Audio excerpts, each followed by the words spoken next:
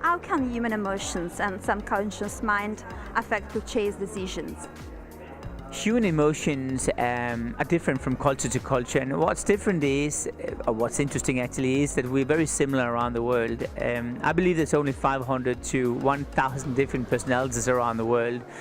What makes those people different, us different, is four things.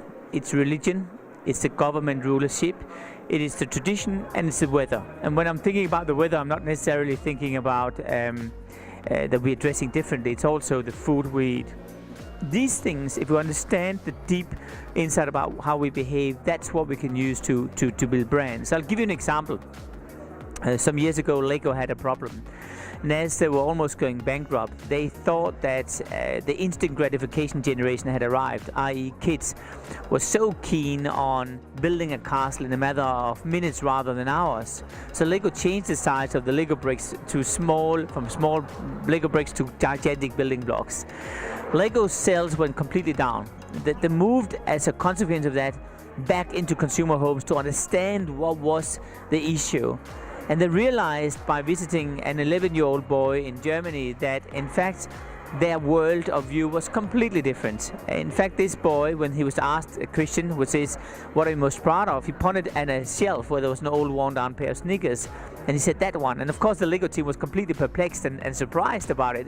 But what they realized was that this kid said that the shoes, his old worn down pair of sneakers, was the key essence of what he was most proud of, because that was the evidence that he was the best skater in town. And it's exactly that wear and tear which made him be so proud. So that was the moment where Lego realized one interesting thing. They realized that in fact, if you are willing as a kid to spend hundreds, if not thousands of hours playing with Lego, why wouldn't you be willing to play with the shoe to optimize the skateboard experience? Why wouldn't you spend hundreds, if not thousands of hours of playing with Lego? And out of that, they actually changed the size of the Lego brick back to the small bricks. They created the Lego movie. All these things happened, but it all began with small data. So small data is really observations we make in our life, and if you understand this and pick them the right way, this is where we have the emotional glue between the brand and the consumer, right? How could a brand understand what consumers really want and feel? How could it emotionally connect with them and engage all the five senses? Well, a brand can understand what it wants and what it wants the consumer to connect with by observing people. I spend a lot of time in consumer homes, so I spent time in more than 2,600 different consumer homes across 77 countries, observing people, living with them.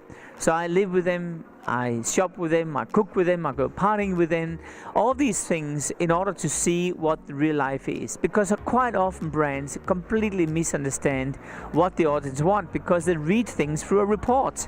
There's no way you can map down love in a spreadsheet, right? So it's only by observing people you can create and feel what empathy is. So that's what we do, that is to pick those small data. But one thing we do as well is we also understand the sensory dimension. What smells are you affected by? What sounds are you affected by? The tactile sensation, and all of that we map down, and then we build brands around it. And as a reflection, quite often we have a very strong base of brands which truly understand the consumer, and the consumer in return really understand and love the brand. Technology has completely overwhelmed our lives, spreading around net an extraordinary huge amount of data about us. But do you think for a marketer, could it be more useful to focus on human beings and their feelings rather than on numbers? In my opinion, there's no doubt about that we as human beings feel completely overwhelmed right now by technology. It may be we love it, but also maybe that most of us feel right now we receive too much information every day, that we don't have enough time in our day to be present. We don't spend enough time with our kids. When we finally together with our kids, we're all on the phones.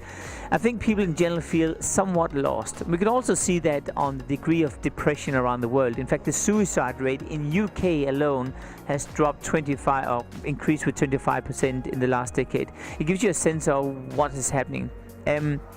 What we're searching for right now in society is to find a balance between offline and online. Big data is all about gathering enormous amount of data. Small data is really to find the human aspect.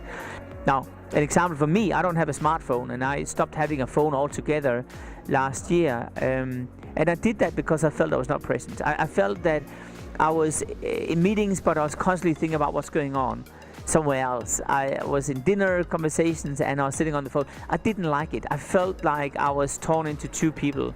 I think a lot of people feel like the same. So I think we're getting to a point in our society now where we need to ask ourselves, what is it we want to do? And perhaps take a bold move and say, okay, there's only a certain period of times where I'll be online, but there'll also be times where I allow myself to reflect and think, and most importantly, get bored. Because remember, boredom is the foundation for creativity, right? Could you give an example of small data very significant in a country but completely irrelevant into another one? When we pick up small data across the world, we mainly are looking for things which are different. Remember, we're all out of balance. It may be I feel overweight, it may be I feel depressed, it may be I feel I'm still young inside, but actually I'm getting too old and I have a midlife crisis. All these things are out of balances, and what we're looking for is to find out where are those out of balances and how can we compensate for that with a brand or service or something like that. Small data you'll find everywhere. The way you place the toothbrush, if the head is up or down, will show something about how you behave in your bedroom. You will see that if you place the cover on your bed in a certain way, that tells a lot. The way you play your cushions. Even I was walking down the street in Bologna yesterday and I was late for a meeting and I started to look around for clocks. Because I live partly in Switzerland. In Switzerland they have clocks everywhere. There's not one single clock here. And it shows a lot about being on time or not. In a society like Switzerland where they're always extremely on time, the trains are arriving on the second, you will see clocks everywhere. There's not one single you can't look up and you will see a clock. Here in Italy, I had to search for the clock and I still haven't found it. And the small data is really everywhere. It really is disclosing an insight about a culture without us seeing it because we're too close to see them. But in many ways, it also discloses the true DNA of who we are and what our culture is all about. If a company would like to apply neuromarketing principles to its export strategies and for two peoples and cultures very different from its own one, what should it take into consideration? Neuromarketing is not a technology or a scientific research tool you can apply for everything. Neuromarketing, remember, is a tool just like you can do quantitative and qualitative research techniques. And what's really important about this to understand is that you have to ask very specific questions. You have to be incredibly focused on what you want to get out of it.